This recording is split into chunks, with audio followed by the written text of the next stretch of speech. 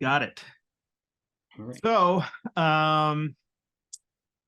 let's see. Well, hey Matt, how you doing? I'm good. How are you doing, Bryan? I'm doing pretty good. We have James here today, James Rodriguez. And don't forget Wojo and Lilo. And then back there. Wojo and Lilu are in the Lilu. background. Behind my, you know what this is? It's a cheat. This is my arm wrestling table. Whoa. What? Yep. Oh, that. Wow. Yeah. Yeah. So yeah, you grab a peg and Oh, holy smokes. yep. From far away, it looked like those cartoonish, like big blocks of yellow cheese. I'm like, Yeah, Yeah, they did. yeah. That's what I was going to Yeah, say. well, that's Cheese why I board. chose those colors because I'm a big fan of cheese. Yeah. So, So hey, I started arm the wrestling at things, the age of the 55. things we learn. Yeah. Yep. So who is James? Yeah, that is a good question. Who are you, James? Yeah, who are you, James? Hi, I'm James. I'm a PhD student over at UC Irvine. I'm in my third year. I'm working on my dissertation. And Bryan and Matt were lovely enough to invite me to their podcast because I'm interested in how AI is changing the future of work and how people are learning to understand this new technology, how it changes their work, how it changes patterns of coordination. And yeah, the way I like to do research is by talking to people like Matt and Bryan, seeing how they work. Fingers crossed, I have a connection that I could hopefully get into an animation studio and see how people are actually doing these sorts of things. I think what I may want to do, I might be telling tales out of school, but at least for now, the initial research design that I want to do is to do an ethnography of an animation studio before they start to use AI as part of their animation pipeline, and then afterward to see if there's any changes or not. Maybe there's no changes at all in terms of what happens after they start using AI as part of their day-to-day work. There will be massive changes. Yeah, I know that was me being a little conservative with how much change. I don't know. Yeah. Maybe no. There's going to be massive changes, not just for that, but for everything. But Just yeah. out of curiosity, too, how did you? So you approached Bryan first. How did you find Bryan? Good question. Yeah, so I got into contact with one of Bryan's friends, Mike Cressy.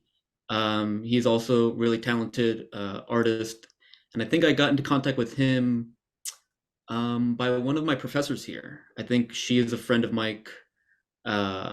So from there, yeah. So the way I get into contact with people is just by like asking them, like, hey, like, do you know anybody that I should talk to? And then Mike was like, hey, Bryan has some interesting views on this. Like, why don't you talk to him?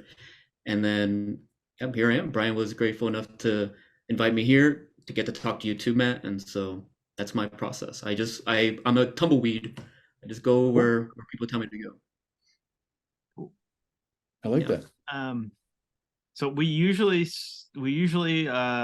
before we really get into discussing stuff, we'll talk about like whatever, like a new AI development since the last time we did it, which there's no shortage of. We're doing one a week, and there's so many things to pick from, and we just did one a few days ago. But I do have one new thing. Wait. Oh, Are you working on anything, Bryan? oh, good question. Your show. Yeah, I got my show coming up. I got an in progress couple pieces here. So I've got this dog, the Santa hat. I'm trying to do a few Christmassy type themes because I have a new gallery show coming up. So this is 3D printed and just starting the painting process on him. And I got another one here. This is called Long Whoa. Pause. Yeah. He's got long pause. Yeah. Yeah. And that's what I've been up to, is just doing lots of new pieces for this. And what do you got going on, Matt? It's the same thing happened last time. I wanted to my computer is not cooperating. I think it's right here. That's not it. I'm working on a young graphic novel that I'll go ahead and share screen here. That is about a kid who mistakenly believes that when his mother says he can't go outside because it's 0 outside and 0 is too fierce for you, he thinks that 0 is a being. And so so this is the layout for it, all done digitally, by the way. This is what gets sent to editors, and it has, for the most part, it's nice when the thumbnail layout is this tight in terms of, I'm not describing any of the images in here, and it just makes it easier to sell to the editor. And then, but there, like for instance, here sometimes that you'll see art descriptions here, which is hopefully the editor or the art director or the acquisition team that will buy the contract won't need me to sketch up everything. So that's who it is. This is Joey, Little Man Joe, and 0, who, by the way, is so big and annoying that even other monsters are put out by him. And get the willies when he's around. So that's 0. So that's my thing. Awesome. So I wrote it. My wife wrote it with me. It's actually based on a story from her dad, which was his thing when he was a kid. He thought 0 was a person, and then I scripted up, and we'll see now if somebody wants to buy it. Awesome. Very nice. Thank you. Yeah, I don't have a whole lot of new AI development since we just did our last podcast a couple days ago. However, I did have one really interesting thing that popped up that I thought was kind of sort of fascinating. So we've talked about in the past, James, we've talked about, are you familiar with emergent behavior with AI systems? Okay. So that's when they display and they do something that the people developing them didn't know they could do, and then they just show.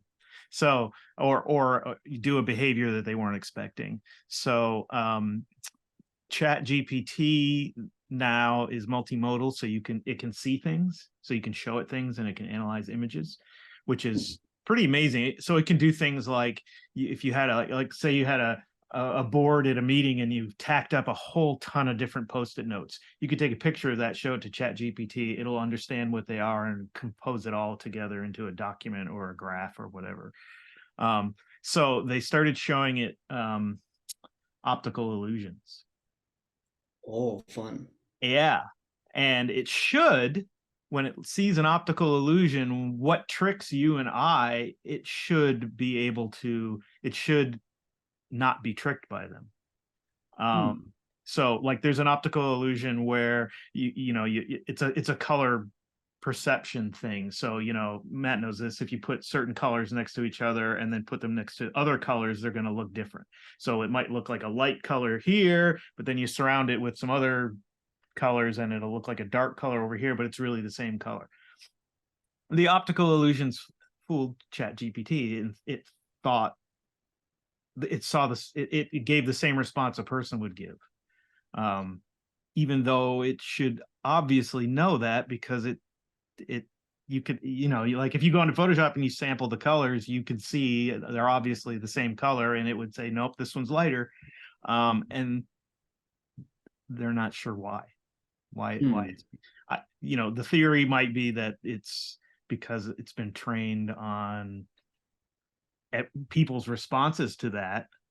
But anyway, I just thought that was really interesting. So is it that somebody is prompting ChatGPT to say like, hey, like what color is this and what color is this, like based on these two different contexts? Yeah, and like yeah. It'll put the optical illusion up and it'll say, okay, look at this color green and this color green, and tell me what the difference is between them. And it says, well, this one's lighter, when in fact they were identical. But you and I looking at it would also think it was lighter because of the colors that were surrounding it. I wonder if you can bypass that by saying like, if there's like a keyword in there when you prompt and say like objectively, just like don't Maybe. Yeah. mimic, don't try to be like, oh, That one looks lighter to me. Yeah, And yeah. looking around, I'm human. Yeah. Just say what is the how do you say what's like the RGB, like the color value, like the three Yeah, numbers, like yeah, you could what is the probably ask RGB it. of this? Yeah, you could probably say, hey, what are the RGB values of this green and what are the RGB values of this green? Do you still think they're the same, or do you still think one is lighter than the other? But yeah, we've talked about emergent behavior before and the unpredictableness of it. And there are examples that are like that one I just find is fascinating, but there are other ones where it's gets a little more scary. Have you talked about the different personality AIs that I think it's Bing who's developing that, where there's like a balanced like so it Yeah, works the same way as like Google. creative response Yeah, balance. Yeah, yeah. I don't think we have talked about that. Yeah, they can give them different personalities that then change the personality. way they respond to you. Like But I wonder. Elon Musk's sarcasm. Yes, we did talk about that. Have you heard about Elon Musk's his AI that he's developing? And one of the big differentiating factors that they're promoting with it is that it is way more sarcastic. Oh. Okay. I don't mean, I guess it's fun, sure. Yeah, yeah, At some point, it's got to be annoying when you're asking Alexa, like, hey, can you, like, write me up a reminder? Sure thing, pal. And it's like, right. Yeah, let me, it's saucy, yeah, it's fine. Just, I could say please.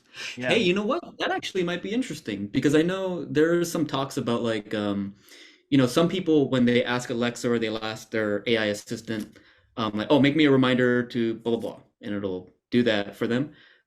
Sometimes people say please, sometimes people don't. And I know actually one of my colleagues is doing research on how people evaluate others based on how they interact with an AI. So, for example, if you Brian were to see Matt scream at Alexa like, "What is your fucking problem? I can't believe you didn't understand what's going on with my request." Um, I don't, and the findings are still tentative for now, but it's as if you still put a personality onto Alexa that is being hurt by Matt's outburst, even though it doesn't. There's no way it feels anything. It's just like, okay, sure.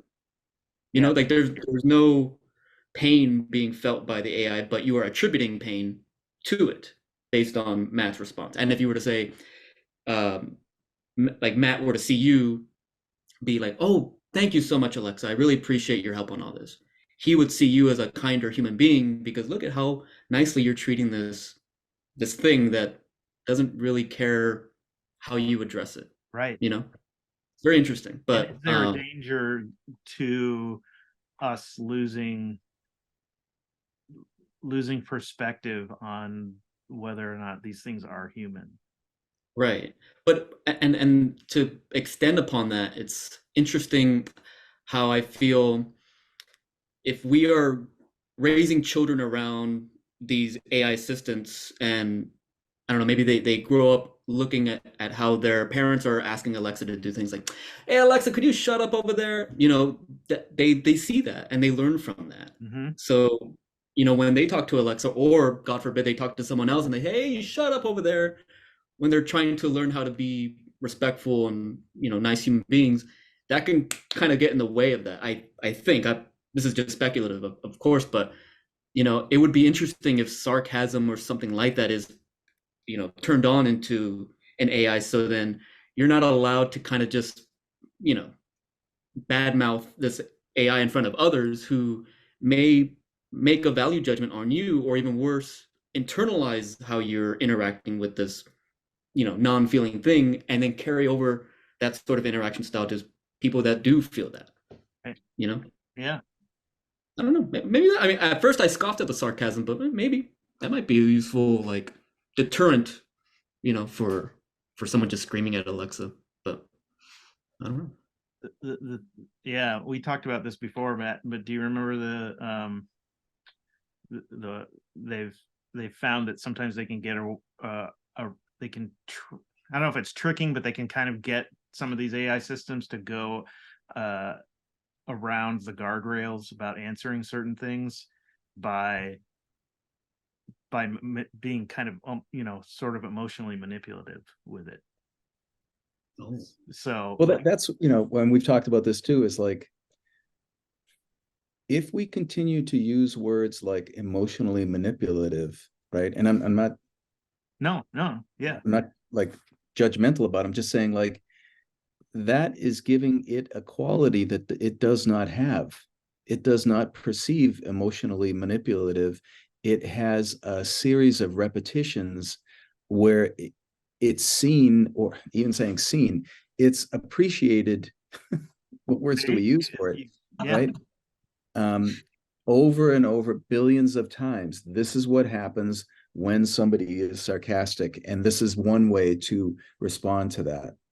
Well, yeah, and there are also that's actively promoted though in the Right. systems, because they respond to you and they say things like, I hope you like this, and then I did my best, and here, I hope you like my creative effort, is the way that DALL-E responds to makes you an image. And so it just seems to me that the creators, are they being sensitive to that they're actually talking about this as if it's a sentient entity? Mm-hmm.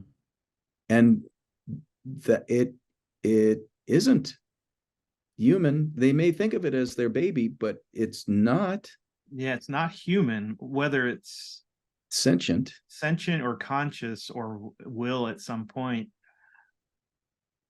There's no. See, I see it has the capacity to discern. Does that make it sentient? Because sentience, at the core of it, the meaning of it is, because I looked it up, capacity to feel. Right. Okay. So capacity to feel has how many optional ways of, defining that? But discernment, you can get it down to that's good and that's bad. And I would assume that that's easier for a computer to appreciate, or an application, or no matter how complex it is, because it's about zeros and ones. I think one of the main goals is to make these things as close to sentient as they can get it. Right. Yep. Or to pass as that, I guess.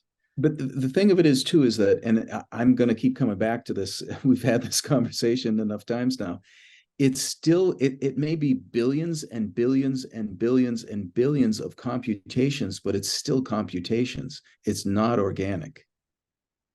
It's different than this processing. And right. So if they want to pretend that they can go ahead, that it's as close to this, but it can't be, because we made it. Right. This kind of goes into something that I have been struggling with to understand, because from a creative perspective, people like artists, music, makers and movie makers and all, they all have their influences, right? That they pull from. Like, for example, someone may say like, oh, I really love, Picasso style. So I kind of put a little bit of that into my work, just naturally, just without even thinking about it. You just kind of do, because you admire them and you like their work. Or, you go outside and you experience something on the outside, and that kind of like, oh, that's an influence. And then that, brings into your work. And so what's happening, I guess, in the artist's mind, and I could only speak so much because I'm not that much of an artist, but what it seems like is happening is you're pulling from a lot of different areas, a lot of different experiences, or I might call it data, just to kind of, nail the point home. You're pulling all this data in to your own database, and then you create something somewhat new, somewhat novel, but it's still influenced from past work. And the part that I'm struggling with is like, what is the difference between what a creative person does when they do that, and when an AI or ChatGPT does that when they are pulling from a vast data set from the internet, from all these past works, and when that happens. And that's a sticking point. That's where a lot of people land. They're like, well, what's the difference between what you're doing as an artist and what DALL-E or Midjourney is doing? Okay, and that's where, okay, I'm sorry. Go ahead. No, go ahead. I just wanted to say that. That's where I would come into that part of what's going on here. And again, this is what we were talking about before we started recording this section, is that I believe that there is a misunderstanding and a non-appreciation for what artists do in the Western world. And that's been going on for quite a while, certainly since that show came out in Paris in 1849, whatever it was, of Impressionists, where they switched away from storytelling and went into expression and feeling, and everybody went crazy how they were going to respond to that. And one way or another, I believe that artists became, the template for it was, you got to cut your ear off and send it to mom, and you have to live in a garret and suffer. That's how you create, right? And that's where I'm coming from with this, is like, to ask the question, what's the difference between a computer that is a mechanism, a machine, and how a creative person, whether it's a dancer or writer, musician, artist, does their thing, means that for me, there really isn't an appreciation of what the creative process is. And I think that that's one of the big angsts about the Western world, because like I said earlier too, and I'll finish with this, when I go to schools and I ask kids, elementary school kids, talking to a gym full of 400 kids or whatever, who likes to draw, 9 out of 10 of them say yes. What are they told by the system? You've got to learn your letter and number systems. That's what's important. Not visual storytelling, not creative, elastic brain play going back and forth between computing and imaging and trying to make an amalgam between those two. Right? So to me, it's really talking about the great divide in Western thought about number and letter systems over here. That's what's important, and creativity and play. And I know it's going to piss off a lot. We're going to get phone calls. Mm-hmm. There's going to be, people really irritated in the comments, because I know there are mathematicians who are going to say, I love it. That's not what I'm saying. I'm not saying that doesn't happen. And there are teaching systems that do involve both of those, so that drawing happens at the same time as study about physics, right? But so much of what we're all learning is not. It's more about the divide than it is about the commonality. Yeah. And then part of me just feels like, and we've talked about this too, about like what jobs will AI replace, and what won't it eventually replace. But creativity and art made by a human versus a machine, they're two different things. And yeah, so I have an appreciation for, like, if I see a painting done by, and I know it's done by a human being and what's gone into it, I have you have a different reaction to that than something that is mechanically produced, no matter how sophisticated the system is and how it arrived. And if we don't teach to that, right. But yeah, and like, and the example that I'm always giving is, I have no interest in watching robots play basketball, but I love watching other human beings play basketball, and have an appreciation for what went into them getting to the level that they're at and what they're doing.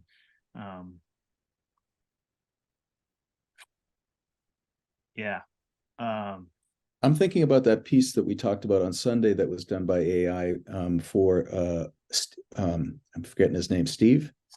Yeah. With the monk and the right. So if we put up in front of people, and maybe we could later, that image next to an Albert Dürer piece, or even a line work, I would be confused. looking at those two pieces and saying, well, if somebody said, well, that one that was done by AI, that was done by a person, I would say, oh yeah, sure, I get it.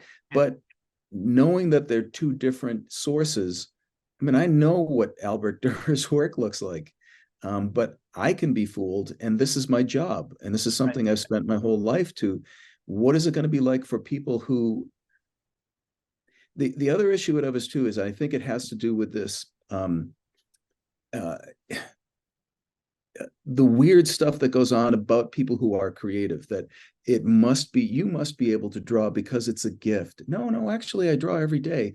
Yes, but it really has to be about, must be genes. No, nobody in my family drew, really. I practice drawing every day. Well, it's a gift from God. It's like, at what point do I have to say, look, this is my job, I work at this is why I can do this? And if I don't, you're going to see how quickly my capacity to render goes down, right?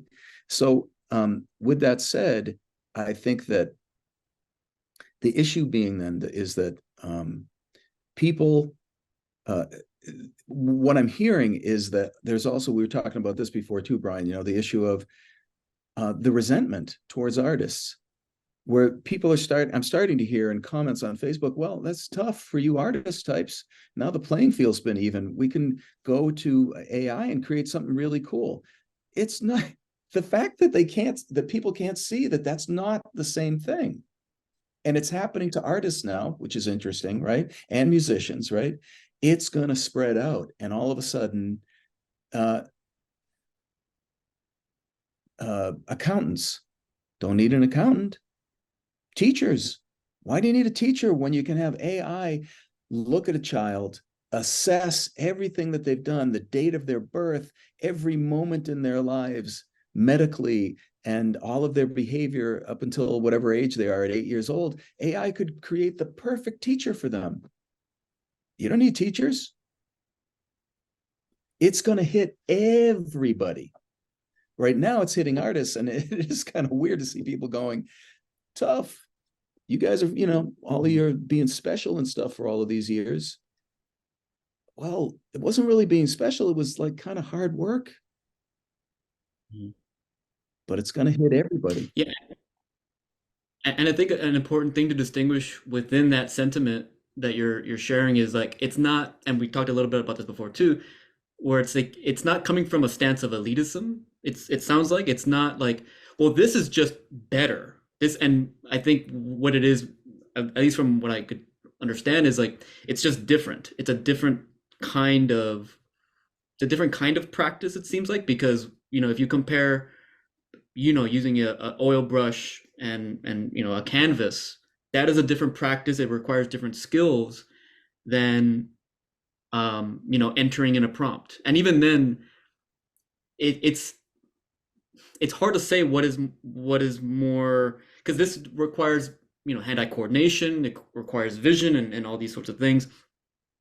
The practice of making a prompt for an AI to shoot out something that's similar requires a bit more finesse, because it's not all there where you can instantly say, make me a Picasso-like painting that has an apple falling from a tree and it has waves coming off of it.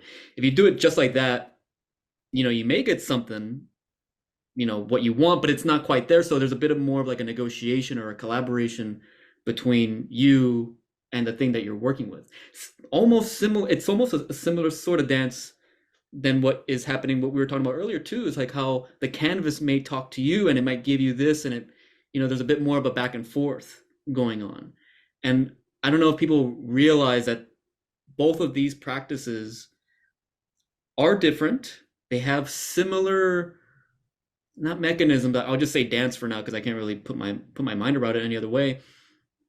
There's a bit of a use cycle happening here. There's a bit of a use cycle happening here. And actually, this kind of leads me to your general thoughts about this, both you and Bryan, how people are saying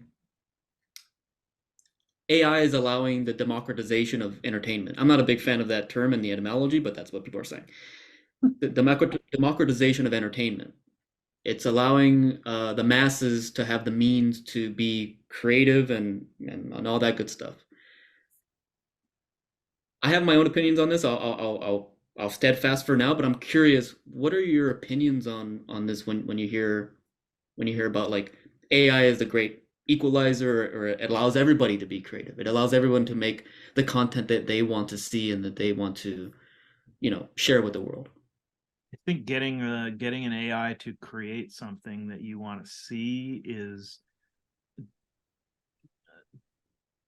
different than being creative, or is a different type of creativity. For me, the way I've sort of mentally picture it is when you're entering in a prompt and you're doing some back and forth with the AI to create what it is you want to create. I would I could I could maybe say you're being somewhat of an art director, where you're telling it what you want, but you're not actually making anything.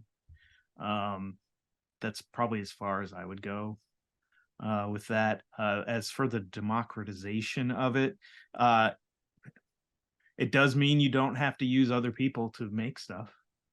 If you don't have the, but just like you wouldn't need someone to design your house or build your house or fix your plumbing or any of that. The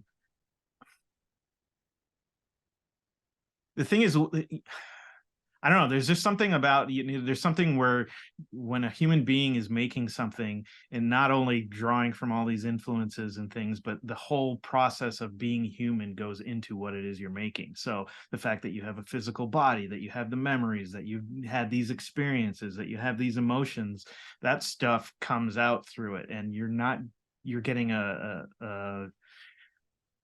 you're getting an imitation of the results of those things with AI. But I also think it's a fundamental misunderstanding of what creativity is, to say that I'm being creative and look, I'm as good a painter, or I'm as good as a concept artist or whatever, because I can tell this thing to make something. That's where I bet Matt has an opinion on it, though. Well, I like what you said. I think it is really talking about, what is the definition of creativity, and the fact that the word democratization, I think we were talking about it before. Where I take that to is, for instance, let's talk about basketball. I'm going to use LeBron James because I think he's like the most recent person that I know was the best. I don't know if he's still considered the best, but if I like to play basketball and I look at LeBron James and I'm like, well, wow, he's great. And there could be also a part of me, and I think for a lot of people, is I resent that he's so great. Well, he must have been born with it. So what I'll do is I'll play a computer game about basketball. Does that mean that I'm as good as LeBron James playing basketball? It does not. It does not. And this is where people get that, like, well, I'm really good at Nintendo or whoever makes the basketball games, but they don't think that they're as good as LeBron James. Where did people get the idea that if they write a sentence and put it into a computer and it spits out a thing, and I use the word spit because I'm irritated? It's really crazy. It is crazy that people think. I know a friend who is a teacher. He retired, and he has done the hard work of trying to learn how to paint over the past 4 to 5 years. And he's really coming along, and it's very interesting to see the things that he posts. And also I can see is like he's working through stuff to come to a place where what happens is people go, wow, this is not, these people really make it look easy, but it's not easy. What they're doing is very difficult, very subtle. Okay, we can see that with LeBron James, but why is it that we can think that we can plug in a prompt and get a piece that's the equivalent of Tchaikovsky, and somehow we did it? We didn't. And we're not even paying attention to the appropriation and the taking, where it wasn't acknowledged that anything's being taken in the way the AI acquires its skill, if we want to use that word. I'm not even getting into that whole part of AI, the copyright infringement, right? I just did get into it, but I think that one of the things Bryan and I've come in my conversations with Bryan too, is like, this train's out of the station. It's long gone. This is all going to happen. What's important to me is that I think really what's important and why I want to do this is because this issue has to be voiced. And it's not just that I'm an old guy, and I actually wasn't until my mid 30s that I had a cell phone, or late 40s until I had a smartphone, you know. But that's a part of it. James, when when I'm talking about you, I recognize that you were also, and when I talk to my college students, anybody that was born after, I don't know how old you are, and I don't need to know, but anybody who is younger than 30 years old has had it woven into their system, electronic relationship, right? I wasn't until my 30s that I had a computer. I was formed. And it's still, there are things that I just don't even really think, well, I need to refer to my phone or my laptop or my iPad in order to figure this out. As a matter of fact, I don't want to. It's like the people who pull out a map when they're driving and their kids look at it and go, where's the on off button? There is a way to appreciate a map, which I'm not even sure that it's all that important. We are changing, and we are going to change because of our relationship to electronics. The question is, what are we leaving behind? And can we leave a record of, hey, we just kind of dumped a lot of stuff off of the back of the train because we thought it was more democratic, when in fact it wasn't. It was actually denial. Those people who put in one sentence prompts are not creating anything from my perspective. And that could be hurtful to some people. I know they're working so hard to develop all of this, but there's so much denial going on. And it won't happen. Like, it's happening to creative people right now, but when it starts to hit people and how they make money, yeah. And I'm talking about accountants, We've talked about this. We've tried to come up with jobs that would never be replaceable by AI, and the only ones we've come up with so far are human performance, like theater, music, doing live performance, sports. And that's the scary thing too. Watching a human. Is the developers, when they use where I take that is that, Bryan, you've shared with me that you've heard them say the word utopia.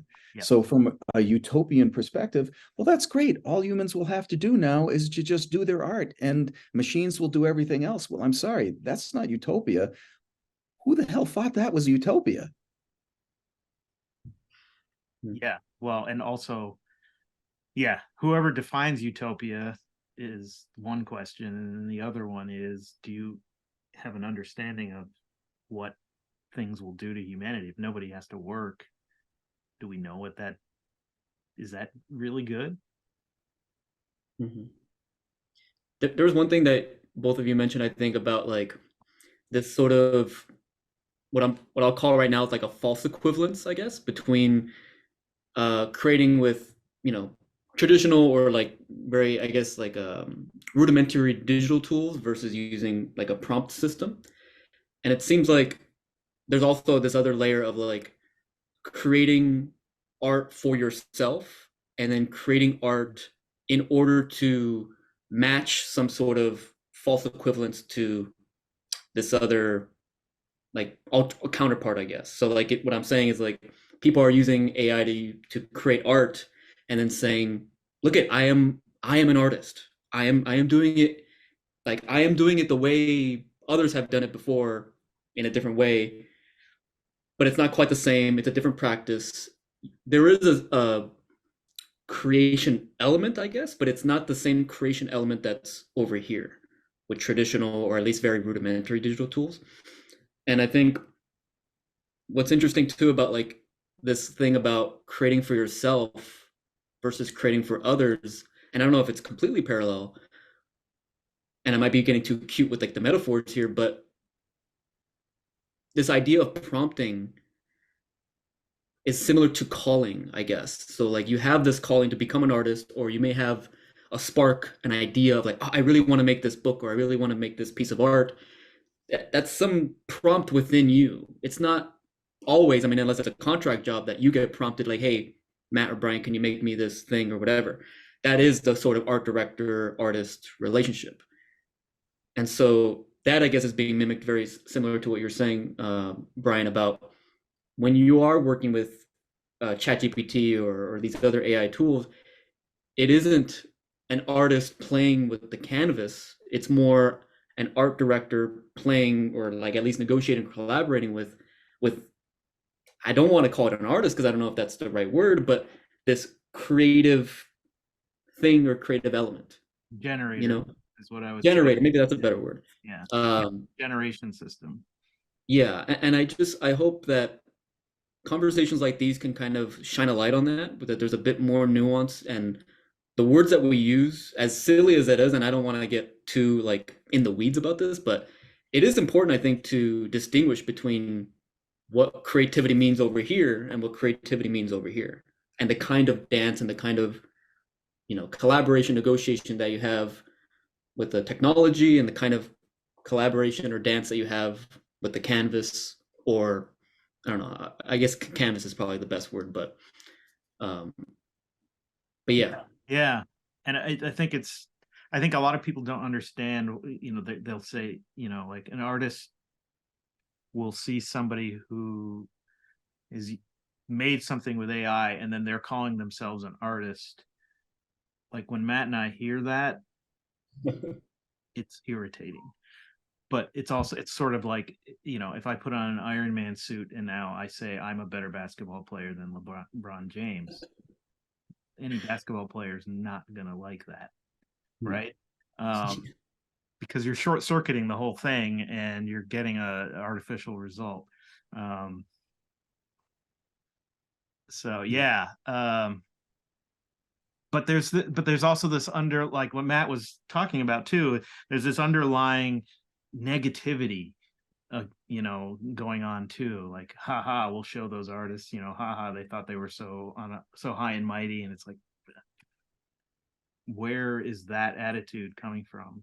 Um, and I think part of it is like you were talking about the Western world kind of stuff and the devaluation of arts and creativity. And I have the exact same experience that Matt has.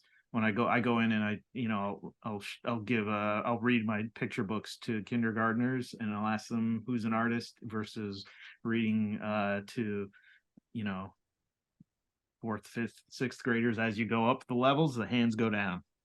Oh, yeah. And I get, and I still get, and I teach college students, and I still have parents that say, they really don't want my student studying art. I want them to get a real job. There's that negative tone, negative aspect, not understanding. Notice I did not use the word ignorance.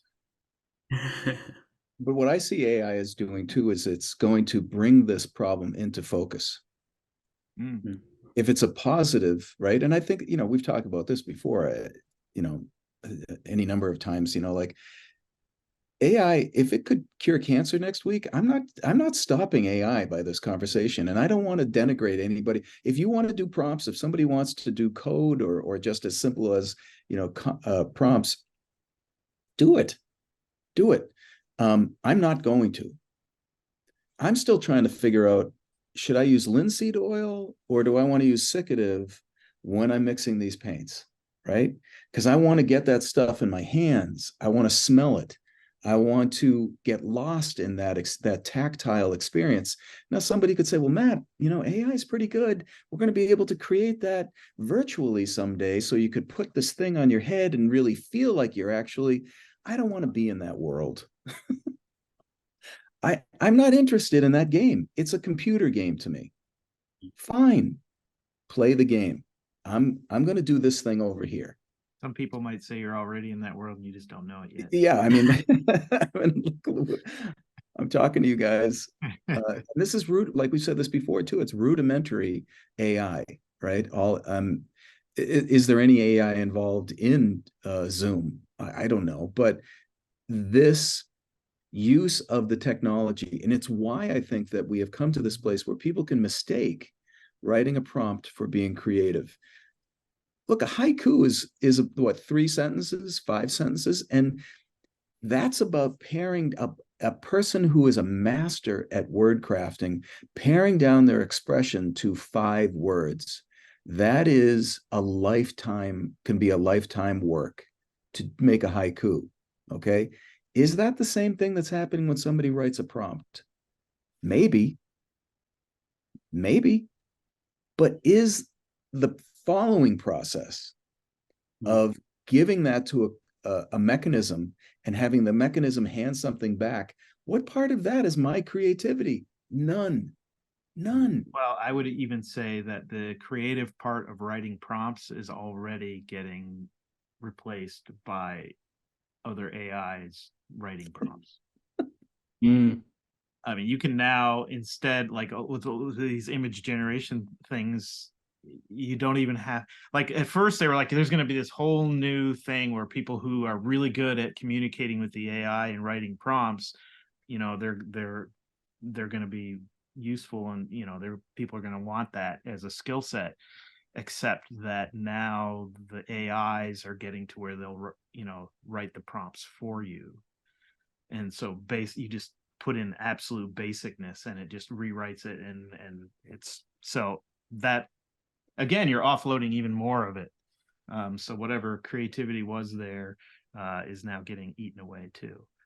And people are going to say, you know what, there's always going to be human, we're going to have to go, from what I can see, it's going to have to go through a lot of suffering to come to a place where people recognize that human instinct is actually something that has real value. So that when somebody's going to have, let's say, heart surgery, and they have to have some electronic thing done to their heart, and it takes real skill to have that laser that's been inserted through a vein and gone into the heart to see through the digital projection, where should I actually burn the heart in order to have the inappropriate electrical things that are coming from the lungs actually, right? That takes a kind of skill, right? You don't want somebody messing around with their heart who hasn't done it a few times, right? AI could do that, no problem. Mm-hmm. I mean, AI could evaluate the heart far greater than human instinct. Yep. And have every instance of whatever can go wrong in its, you know, in its experience, and can call it up and any, you know, immediately. And there are people who I know have a really productive, or no, what's the word, a really happy look at this. Well, yes, it's gonna, don't see it as a bad thing. I guess so. If you're not that heart surgeon, it's going to be okay. What's that heart surgeon's going to do for a job, right? That's been going on for 150 years since the Industrial Revolution, where mechanisms keep taking over what humans were doing, right? Where does that go? I don't know.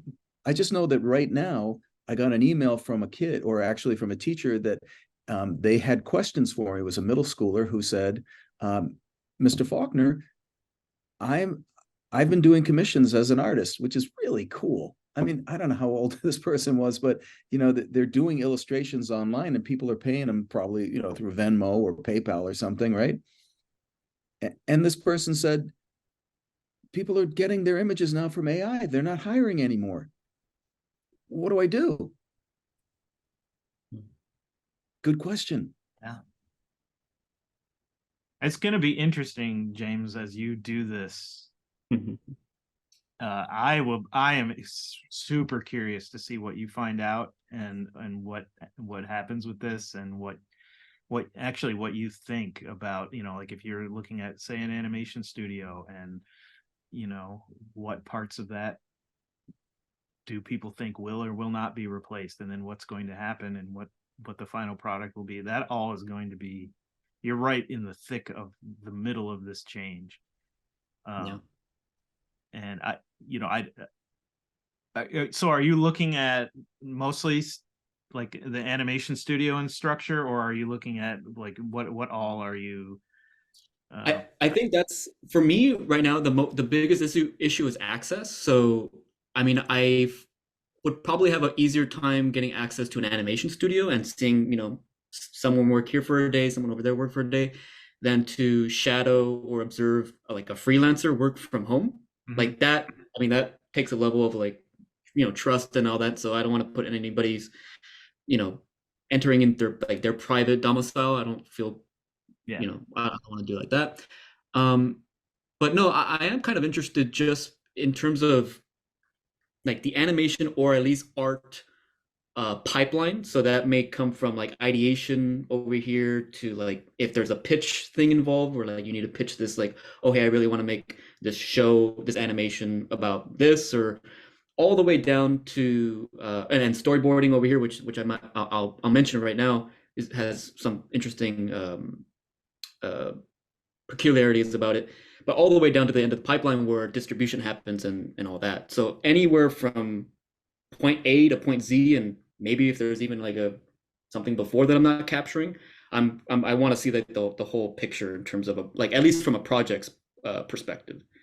And what's interesting in terms of storyboarding, at least from the data that I've collected so far, is that there is a sort of anxiety around that part of the job or that part of the pipeline being, I don't know what the right word is, but like offloaded, I'll say, to artificial intelligence. Yep.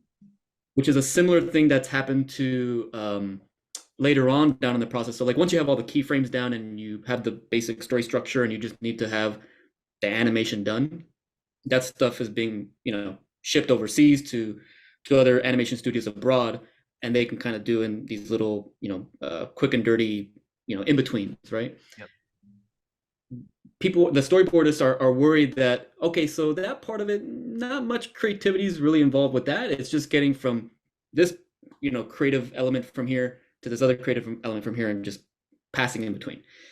The storyboarding is a very, very, I don't know, I keep using the word creative. I'm going to sound like a broken record here, but it's a very creative part of creating the story. Sort of like the thumbnail stage for doing. Yeah, exactly. And so there are some automation tools that are out there, I think, that people are using to kind of make that part easier in terms of like organizing it and like setting it up so people can like see the whole storyboard a lot easier than like having to have the cork and the tacks and all that on the board.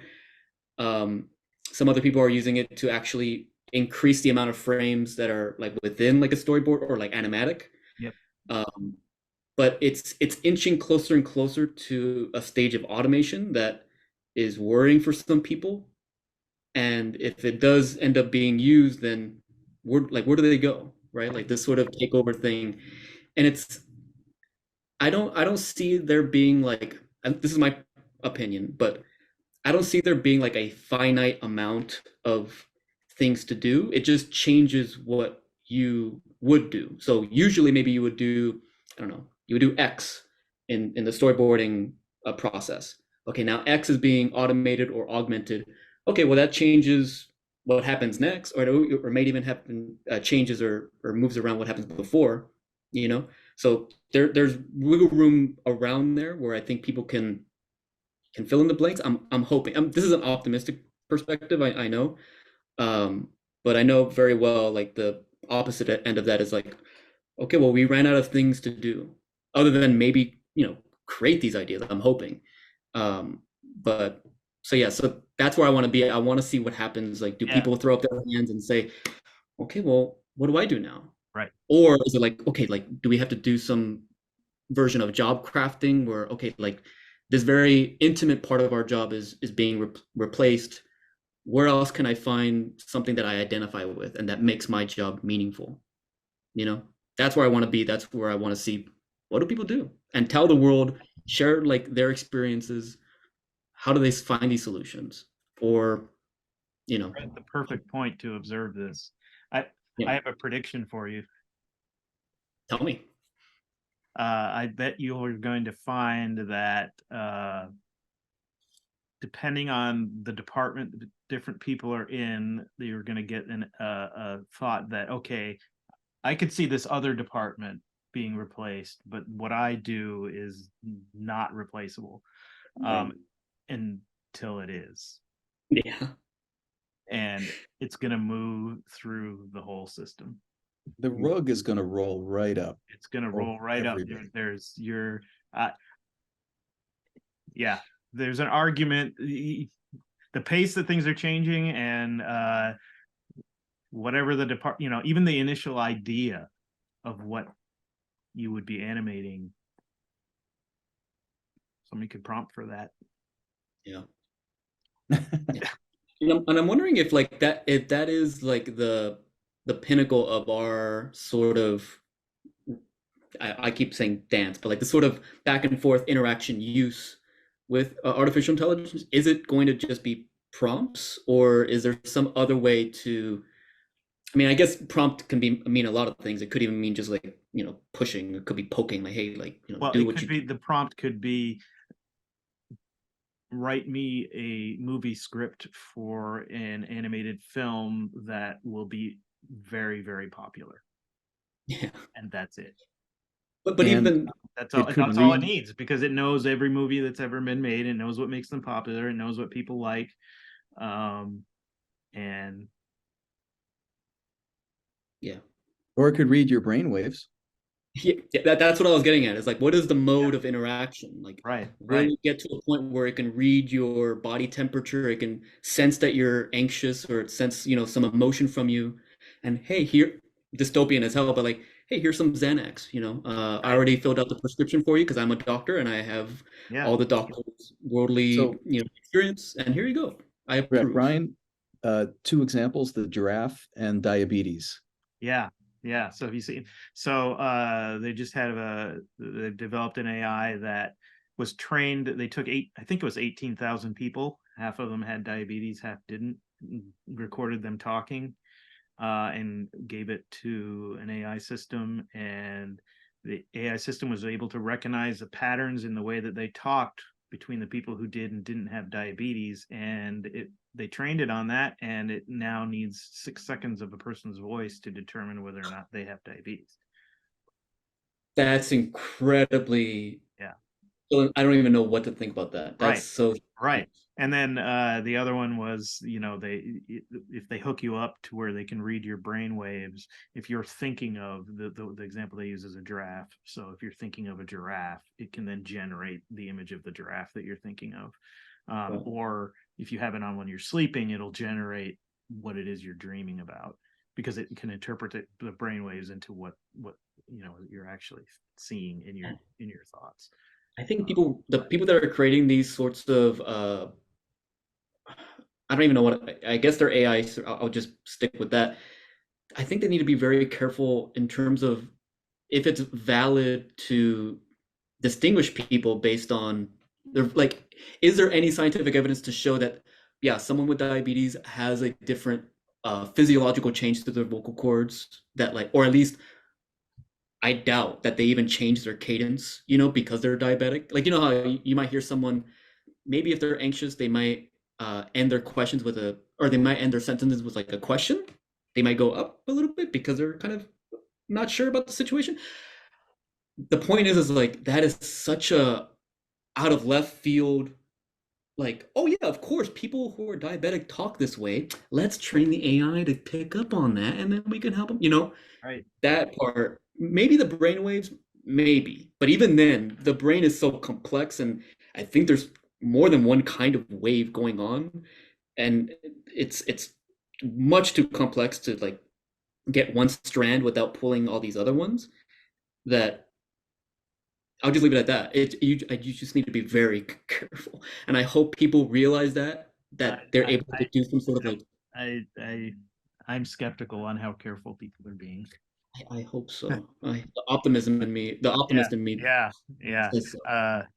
But if the term that I hear a lot is, well, it was just easier or it's cheaper. If those are the guidelines now, we're all in big trouble. Yeah. Yeah. It's easier to demolish a building with a tank. Oh yeah, sure, or a nuke. Oh, it's much easier to flatten it out, but like, what about the ramification? Yeah. I think there's a shift in terms of quantity and not quality, it seems like, or at least like precision. The precision that we are looking for doesn't have to be on the right thing. It just has to be on a thing that's easy to hit, like this sort of ease. Like, oh, it's easy to tell, based on this that we're pointing at, but it's like, this is what we should be aiming at over The here. less resistance there is to what it is you want, that's the path you're going to take. Yeah. Right. In general. So if you have to get in your car and go and drive somewhere to buy something at a store, from a local person who has a store versus ordering it off Amazon and having it at your house, most people are gonna go with Amazon. Yeah, and that kind of calls to Not like just our everybody, but most people will. yeah. So yeah, it's easier to do something. It's But easier I think for that's going to be somebody very to hard. pay you something versus hiring an artist. Yeah, You're gonna exactly. most But I people. think it's going to be really hard to like pull away from that because I think there's some sort of survival instinct or physiological sort of Mm-hmm. thing about use the least amount of calories, use the least amount of work to Right, get the food. You right, know, don't go right, all the way up in the tree to get these apples. There's some right here. right. Just get that. But It's not that's as where the creativity quotient has always been, I wouldn't say anathema, it's been the opposite of that. Yes, I want to do that's where you fight. You're fighting against that actually. right. yeah. I understand that it would be easier for me to do it this way. But I recognize that, and this is where also a lot of this seems to be wanting to take out the elder system. As I look at publishing, over the past 25 years, the to go to what used to be called vanity publishing, where you could make your own books and sell them out of your basement. What everybody wanted to do is to get into the big publishing system and work with a great editor and to get with the publisher that knew how to actually promote the books and knew how to sell the books. Well, when Amazon came along and developed this whole system where you could print that was the other problem is you couldn't print 10 books because that would cost as much as printing sometimes 5,000 books because it's get to turn the machine on for 10 bucks. Well, now they figured out this whole way so that people who want to just make a book and call themselves published can go on Amazon and do that. And they really think they are. It's not the same thing as what I call the elder system, where you work with somebody who's been doing it for 30 years, right? And they know how to really craft this thing well. It was an attempt. It certainly happened in music with the MP3 stuff going on too. Cut out the income and say that it's democratic and leveling the playing field. Who's profiting from that? Amazon. It's not making better books from my perspective because people aren't actually learning how to make books. If I want to play basketball and pretend that I'm, at the same level of LeBron James, okay, I can play a computer game. That's, again, I'm not the same as LeBron James. But I think that that's where a lot of this is going, is that what we're going to do is we're going to come back around to the fact that we still need to have this human quotient. We still need to have experience. And if we're going to have it's faster, it's easier, it's cheaper, be the defining boundaries of the vessel, this thing's going to sink real quick. Now I know it sounds dystopian, and I also recognize that I keep coming in, Bryan, you'll probably back me up on this. I sound like the cranky old guy. It could also be from experience. I've seen this happen. And the intoxication with this is I have to laugh at it because the idea, James, that people are actually saying that this is the democracy. I keep coming back to it because I'm like, that's changing the meaning of meaning. Get what I'm saying? It's not actually true. It's not democracy. It's not leveling the playing field because of the whole system. It's denial of what's actually happening. That's not creative. From my perspective, I know what was required to be creative. So I start to sound elitist because when I hear this, I just think we're going to some weird places with this. And it's already happening. If people can think that this is democracy and leveling the playing field, somebody's selling them, as they used to say, a bill of goods, and they better check the invoice because they're not getting what they think they're getting. Yeah, one of my biggest worries is just that there's not enough thought and research and putting the brakes on things to see what all of this is going to do. and it's just moving. It's moving so fast, and yeah, and you know, I don't know. But I want to be careful too, because like I really want to hear people like you, James. I want people to come in and share. Like if everybody who we asked to come in is like, yeah, but if Matt, you'd start to talk to Matt, he's going to shut you down. I get indoctrinated. Yeah, I'm like, he's going to tell you, it's like it's really important to me to hear that phrase alone, that this is a democratic, I don't know what it's movements toward democracy. That's what AI is. I'm so happy to hear that, because I really get to learn. This is, like I said, they're changing the meaning of what I thought the word democracy meant. So I hope also, and for anybody else who we ask, I want to make it like, I'm glad that you're doing this. I'm glad that we're too. I having think these this is an conversations. awesome. I think that what you've chosen to do is perfect. And I don't Thank want you. people to feel like I'm like, I hope that's not what you felt. I don't want to like shut people down. Like, you're wrong. AI is going to destroy us. It's not the way I feel. AI could actually save millions and millions of lives. I believe that. And it could happen, from what we're learning, 6 months from now. I don't know. The stuff that Bryan has talked about, the changes, these things that AI is doing that they didn't expect, is amazing to me.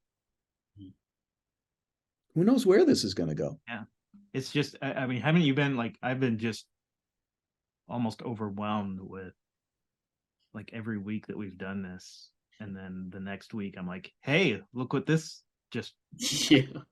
I follow a few channels that like cover AI news, and like it used to be like every month or so, and I'd be, oh, okay, I get a chance to like catch up, and now it's like twice a week, 3 times a week, and I'm like, I gotta just wait a month, and then I'll just catch up on all the stuff that's just happened. Has any technology progressed this quickly in the history of humanity? I don't think so. I don't know. I can't. I mean, Well, because I don't think there's been a technology that has had emergent behavior or emergent properties like yeah. this one. And I think that's the thing too, is like people say, oh, this is just like, the Industrial Revolution again. It's all the Luddites out there that are saying, no, no, no, we got to do it the same old way. And every generation we have something similar where it's like, oh, it's just the same thing again. I hate to sound like everybody else in the past, but this seems very different. This seems like a turning point in humanity. It seems like a turning point in work, creativity, and I don't like pushing this sort of idea so much that we all need to unite as like a globe. Like we need this sort of global. It starts to sound like New World Order sort of thing, but like we need global compliance and global agreement on how to use these tools. Because if not, and someone over here in this other country part of the world are using it unethically, or they're using it to propagate misinformation or all these sorts of things, it kind of starts to chip away at what is holding us all together. So I'm not pushing for New World Order, really. I'm not pushing for like one world government, but I think the nations of the world have to kind of they have to have some sort of agreement, and some people have said this before too, but we need something on the level of like nuclear disarmament, or nuclear, not disarmament, but like nuclear agreement. Like, hey, can we all just chill with what's going on with the nukes? Can we all just chill what's going on with AI? Can we have a semblance of regulation so the world doesn't collapse? That's all I'm asking. That's all I'm asking. Just a little. Just that. But I think that that's absolutely, and I think too that this is, every little thing is another blade of grass in the whole of the golden field. Right? So this little thing, this communication, every transformation starts with healthy communication, from large to small. So this little thing we're doing, this little conversation, is part of that transformation, I believe. That's why I want to do this once a week. We've got to keep talking about it, right? Whoever sees it, if only 2 people see it 1 week, okay, fine. Who knows what will happen with those 2 people? The other thing is I'll leave it. I'll stop talking at this point too, because we're now going into an hour, and we should I'm wrap it up. gonna hop off. But I want to leave it with a Rolling Stones song quote. I think that in regard to what you're saying, James, about like this is imperative, without turning it into we need a new world order or we're going towards Skynet. I mean, we can use those kinds of scary images, but I think really if we can just keep it at, look, we better walk before AI makes us run. Yeah, I like that. I will say one thing before we hop off. I do want to give a shout out to one of the people that I interviewed. I won't name them by name, but like, you know who you are out there, who introduced me to this program called Glaze. It is developed by the University of Chicago.